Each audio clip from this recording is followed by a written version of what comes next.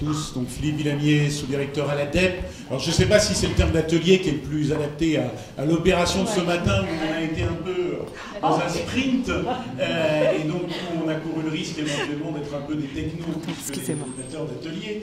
Mais ce que, en tout cas, moi j'ai essayé de faire, parce que c'était l'objet de votre demande, hein, c'était à la fois de balayer assez rapidement ce que l'ADEP, donc service du ministère chargé de l'évaluation, de la prospective et de la performance scolaire, propose en termes d'évaluation des élèves, c'est-à-dire de balayer la vingtaine d'opérations d'évaluation que nous menons aujourd'hui, nationales, internationales, exhaustives, sur échantillon, pour essayer d'approcher la question des compétences des élèves. Puis dans un deuxième temps, j'ai essayé de voir ce que l'usage du numérique dans ces évaluations pouvait nous apporter. En quelques mots en particulier, ce qu'on a essayé de regarder, c'est ce que, à travers des passations sous forme numérique, qu'il s'agisse de passations sur tablette ou sur plateforme à distance, on pouvait faire de plus que ce qu'on faisait avec des outils traditionnels d'évaluation exhaustive ou nationale. Alors la liste en est relativement longue, hein. On peut faire en particulier des évaluations dites adaptatives, hein, c'est-à-dire qu'avec ces dispositifs, on va faire évoluer l'élève à l'intérieur d'un système d'évaluation qui va être différent selon les premiers éléments de réponse, et ensuite il va avoir un parcours évaluatif différent. Mais on peut également, bien entendu, et ça j'ai envie de dire, tout le monde le voit bien, utiliser la vidéo, l'oral, etc. dans ces dispositifs d'évaluation.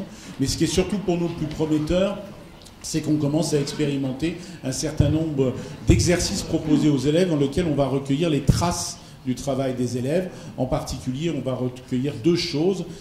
Quels sont les outils qu'il a utilisés? Alors, c'est particulièrement pour le moment expérimenté du côté des mathématiques et des sciences. Hein. On va mettre à disposition sur l'écran où l'élève passe ses évaluations plusieurs outils. Hein. Une possibilité de faire un graphique, une calculette, un crayon, un compas, etc. Et on va analyser quels sont les outils qu'il a utilisés pour trouver la solution, sachant qu'il y a bien entendu plusieurs manières d'avancer dans la résolution du problème et que ce sera une première information sur ces stratégies et éventuellement les stratégies qui apparaissent comme permettant les meilleurs succès. Et puis la deuxième trace qu'on garde aujourd'hui, ce sont les traces de chacune des étapes que l'élève a pu mener dans son travail. On va pouvoir éventuellement savoir s'il s'y est repris à plusieurs fois, s'il a effacé, ce qu'il a effacé, ce qu'il a décidé de garder. Et nous pensons qu'avec ça, on pourra fournir en particulier au corps d'inspection et aux enseignants des outils permettant de comprendre mieux ce qui fait que tel ou tel élève réussit la tâche qui lui a été demandée. Et puis enfin, dans un troisième temps, j'ai essayé de balayer un tout petit peu ce que nous commençons à mettre en œuvre pour approcher un peu la question des effets en termes d'apprentissage des élèves, de l'usage des tablettes en particulier dans le cadre du plan numérique. On a un dispositif d'évaluation qui se déploie actuellement et qui va essayer à la fois de tester des élèves, de tester, d'interroger des enseignants et des cadres éducatifs sur leurs pratiques, et puis d'expérimenter ce qu'on appelle un témoin d'usage qui nous permettrait de voir que font les élèves avec leurs tablettes, vers quelles ressources se tournent-ils, avec qui interagissent-ils, selon quel rythme et selon quelle modalité. Voilà, c'est ce qu'on a essayé de balayer ce matin, rapidement, parce que c'était l'objet.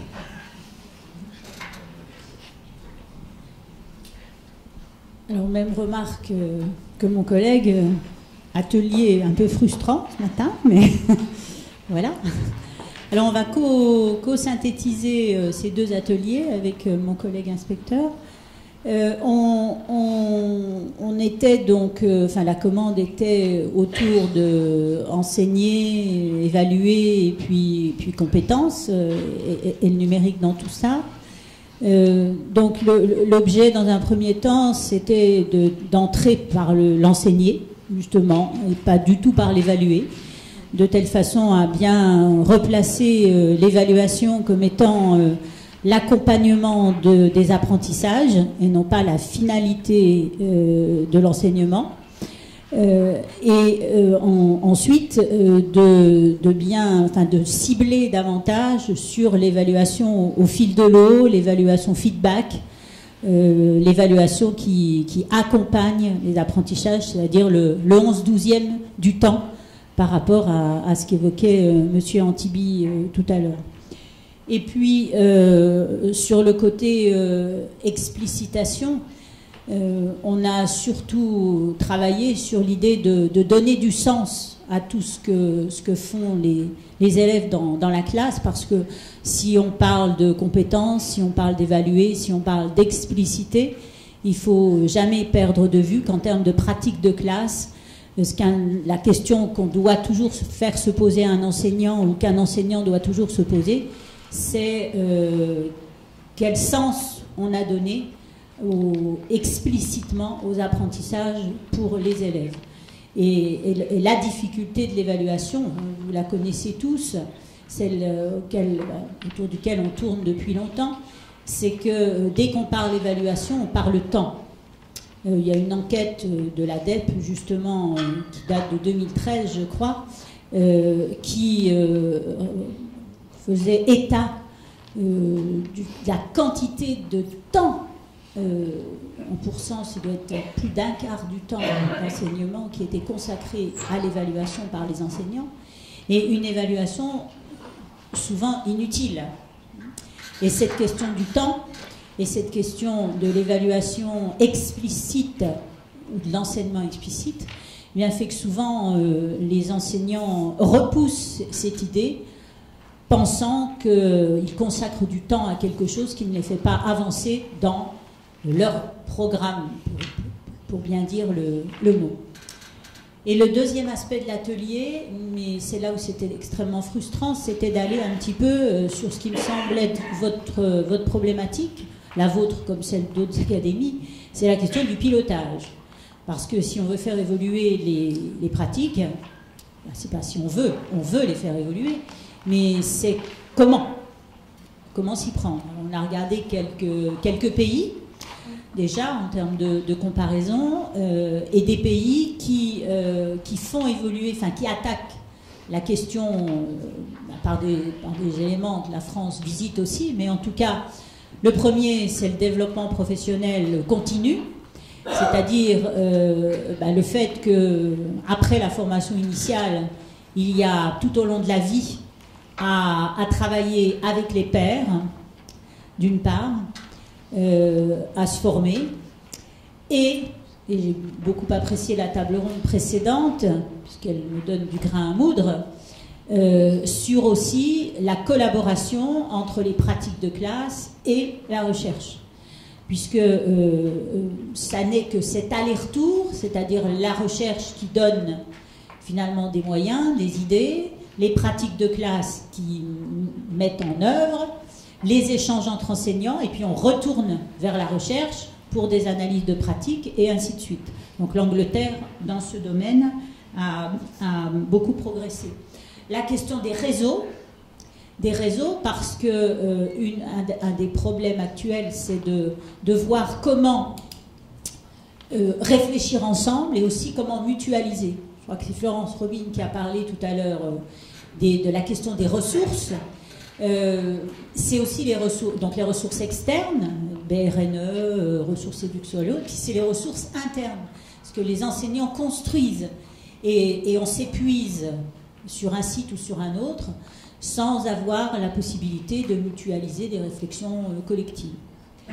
Et puis la dernière chose de l'atelier, c'était de revenir par nos observations, cette fois d'inspection générale l'année dernière, sur la mise en œuvre du livret scolaire numérique, puisque on parle numérique aujourd'hui et on ne peut pas le passer sous silence, ce livret, et de voir que ce livret a été un levier l'année dernière d'évolution des pratiques, donc tout n'est loin d'être noir, c'est-à-dire que les pratiques des enseignants ont évolué parce qu'il a fallu se questionner, mais que par contre ça a levé un certain nombre de lièvres, ou du moins ça a été révélateur d'un certain nombre de points importants à travailler dans toutes les académies, que je résumerai en 3 points devant vous.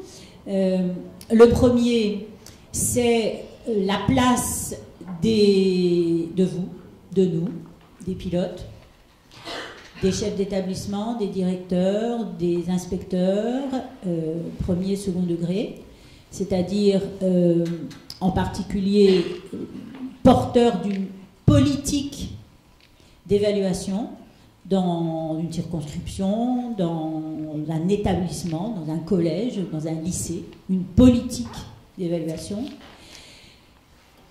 La question du discours, le discours commun porté, c'est-à-dire que ce qui est apparu, c'est une certaine disharmonie dans ce que nous portons comme message les uns et les autres autour de l'enseignement explicite et autour de l'évaluation par compétence, et donc aussi sur l'évaluation dans les disciplines. Et puis la troisième, c'est la question, mais ça a été largement évoqué, le livret a été révélateur aussi du lien de l'école avec les parents, puisque les parents se sont retrouvés avec des bilans qu'ils ne comprenaient plus. Et donc toute l'importance de la réflexion à mener sur ce que l'on renvoie comme information aux parents, d'une part, aux élèves, d'autre part, et enfin aux autres experts, cette fois que les enseignants, c'est-à-dire l'équipe pédagogique.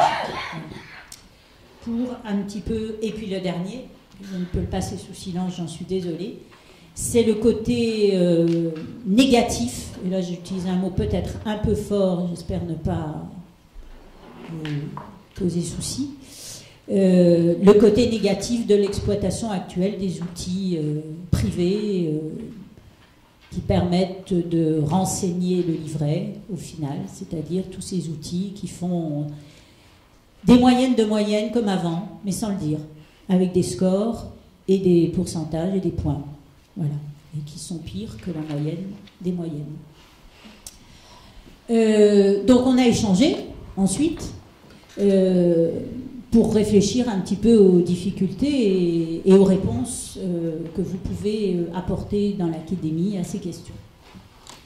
Merci Brigitte. Je poursuis en mettant en avant quelques questions vives, conformément au terme du programme. Donc ce n'est pas un résumé complet de nos échanges.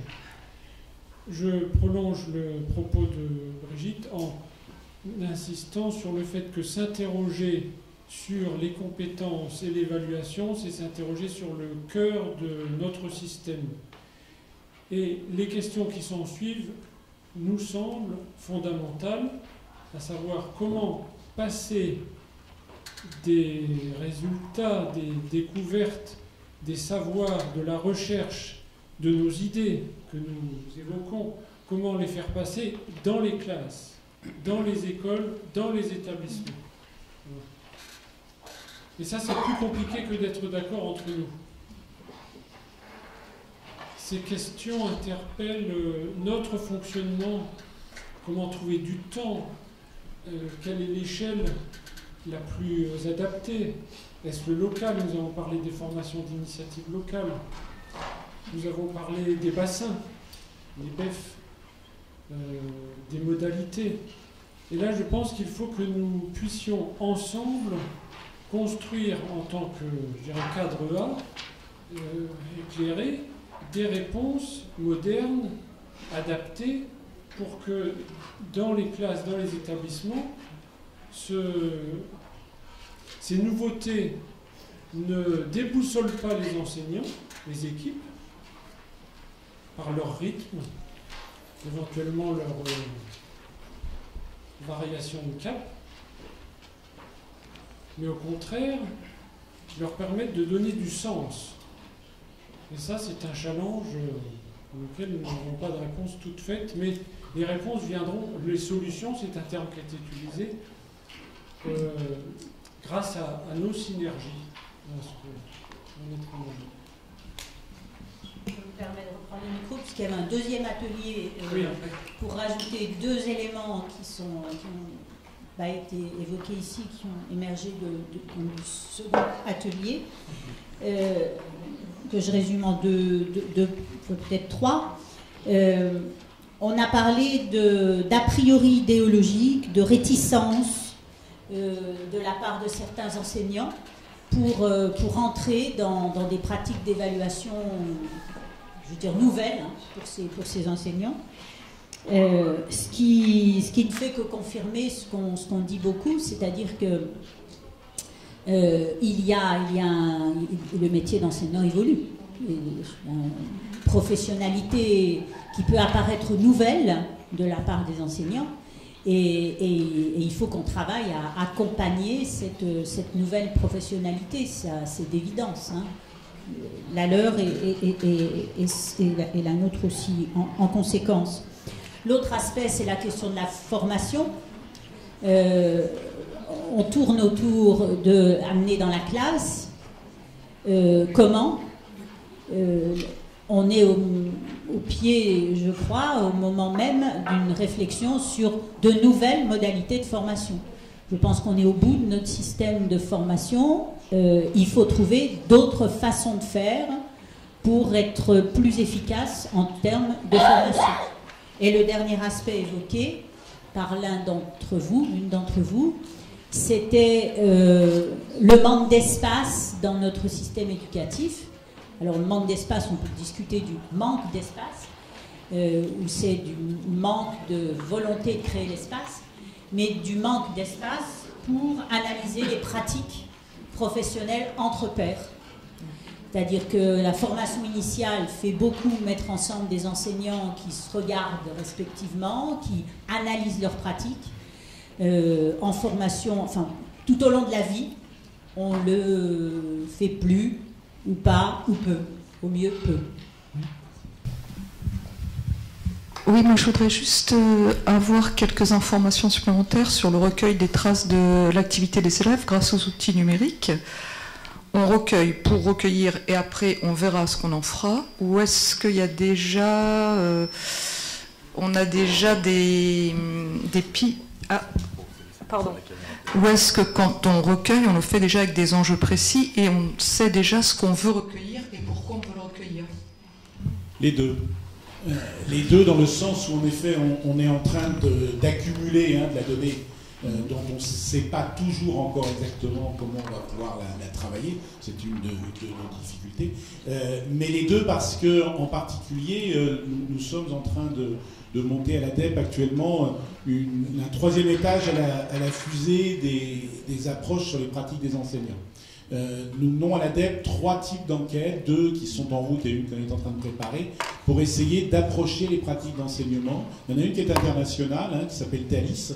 Si on fait écho un petit peu à ce qui a été dit tout à l'heure sur la formation, par exemple, ou l'évaluation, si on regarde dans les dernières évaluations de Thalys sur ce que les enseignants disent eux-mêmes de leur pratique, c'est assez intéressant.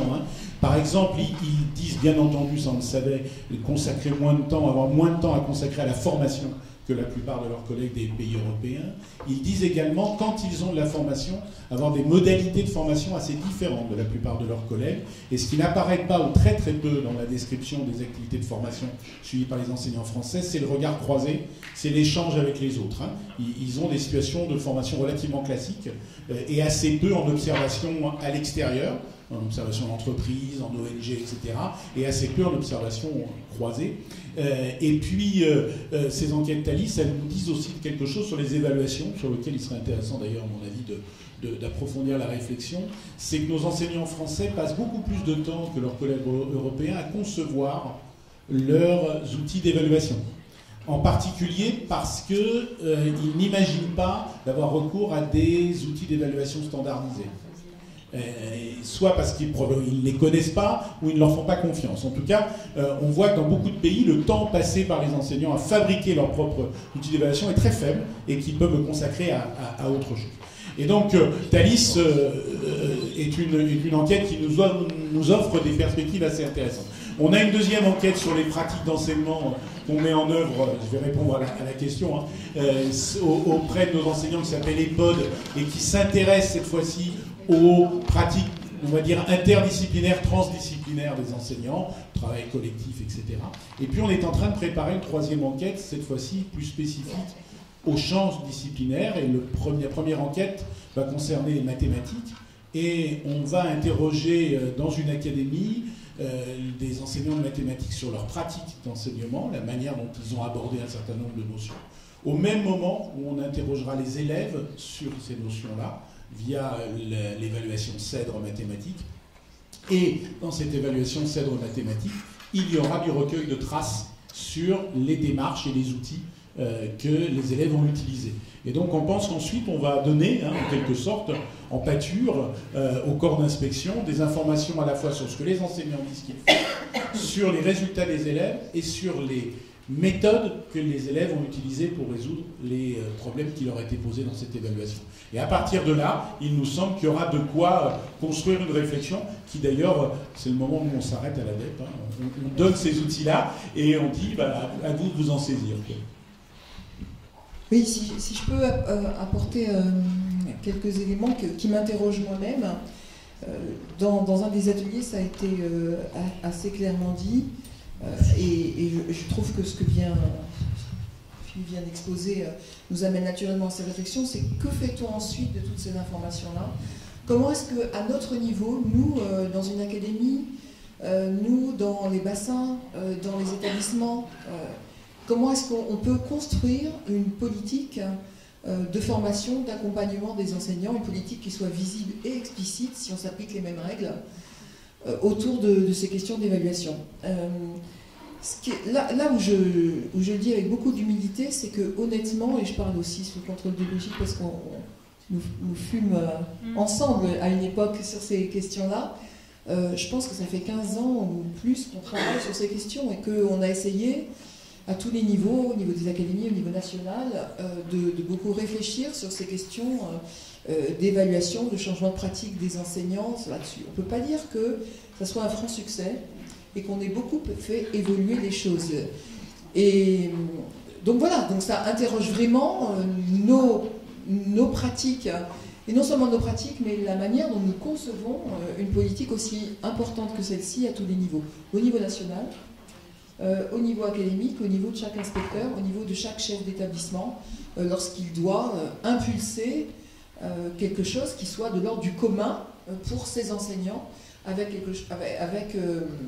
quelque chose qu'il soit capable à la fois, ou qu'il ou qu'elle soit capable d'expliciter très clairement et de mettre en synergie pour tous les enseignants. Donc je pense qu'on a vraiment franchi un cap lorsqu'on se dit que ceci interroge fondamentalement nos pratiques de formation de manière globale. Et c'est ce que tu viens de dire. C'est-à-dire qu'avec les modes de formation usuels, avec le temps que nous consacrons à la formation, ça va être compliqué de faire avancer davantage les choses. On a besoin de créer, de ce point de vue-là, nous le savons bien, excusez-moi d'utiliser des mots qu'on emploie quelquefois un peu de manière un petit peu simpliste, mais je suis convaincue, on a besoin de créer des communautés apprenantes. Je ne vois pas comment est-ce qu'on peut fonctionner autrement. C'est-à-dire qu'au niveau d'un établissement, au niveau d'une école, au niveau d'un bassin, on a besoin de réfléchir ensemble et de considérer les enseignants pour ce qu'ils sont, c'est-à-dire des vrais professionnels de cette question, à qui on apporte un certain nombre d'éléments théoriques, à qui on apporte des éléments concrets sur qu'est-ce qui se passe, des expérimentations. On montre des exemples de ce qui s'est passé ailleurs, de la manière dont cela a donné des résultats, et on met véritablement ces acteurs en mouvement. C'est un vrai défi qui est devant nous. On pourrait parler de ceci pour la politique d'évaluation, mais pour bien d'autres politiques que nous avons amenées dans le domaine de l'éducation, des transformations qui sont devant nous. Je pense par exemple à la manière dont nous allons travailler sur l'information et l'orientation. Il y a un vrai cap, à franchir, par exemple. Et évidemment, quand on est devant la réforme du lycée et du baccalauréat qui s'annonce devant nous, on voit bien qu'on ne pourra pas se contenter de faire une petite heure de formation en expliquant juste les nouvelles grilles horaires et les coefficients des épreuves. Non, ça enclenche des choses beaucoup plus profondes dans l'accompagnement des élèves. Voilà, c'est tout cela en fait que nous avons à travailler. Moi je le redis, je crois que le numérique est un instrument formidable pour cela, à condition qu'on le prenne à sa juste mesure et qu'on le mette vraiment en activité. Donc c'est pour ça que je pense qu'il faut que nous utilisions beaucoup plus les établissements et les écoles comme des laboratoires de pensée, des laboratoires d'action qui permettent aux enseignants d'agir véritablement et de proposer des choses.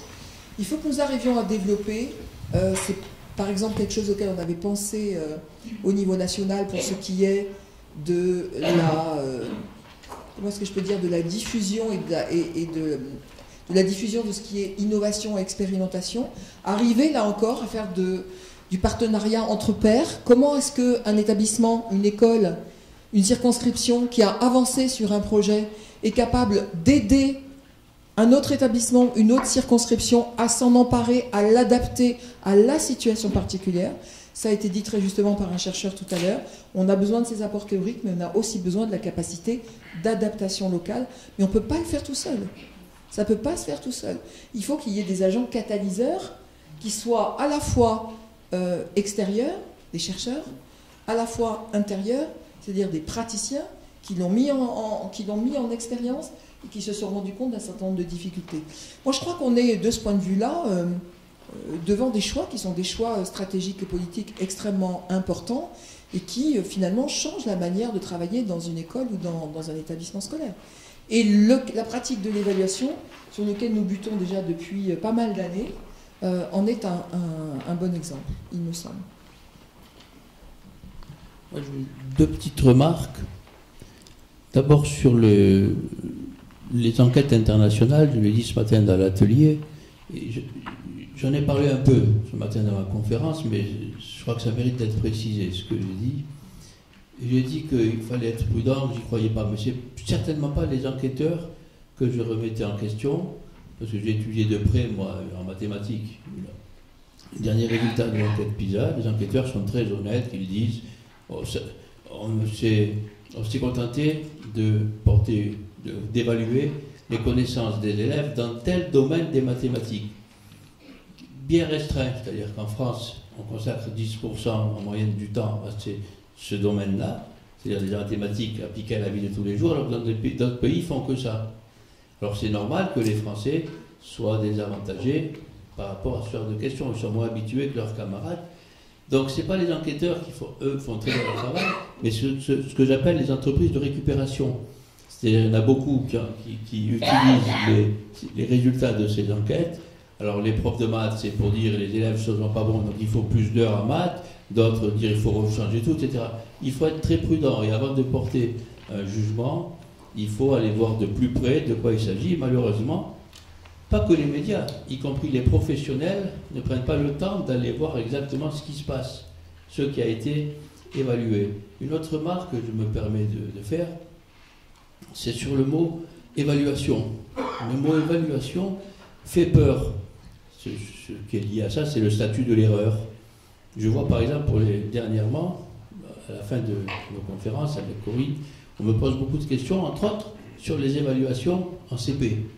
C'est incroyable le genre de remarques auxquelles j'ai eu droit, des professeurs qui disent non mais c'est incroyable, j'avais pas préparé mes élèves à ce genre de questions, mais je dis mais on s'en fiche. Ce qu'on veut c'est connaître le niveau en France, en général, des élèves qui sortent de maternelle, mais les professeurs ont tendance à dramatiser dès qu'il y a le mot évaluation, ils se sentent culpabilisés, ils ne font pas leur travail, etc.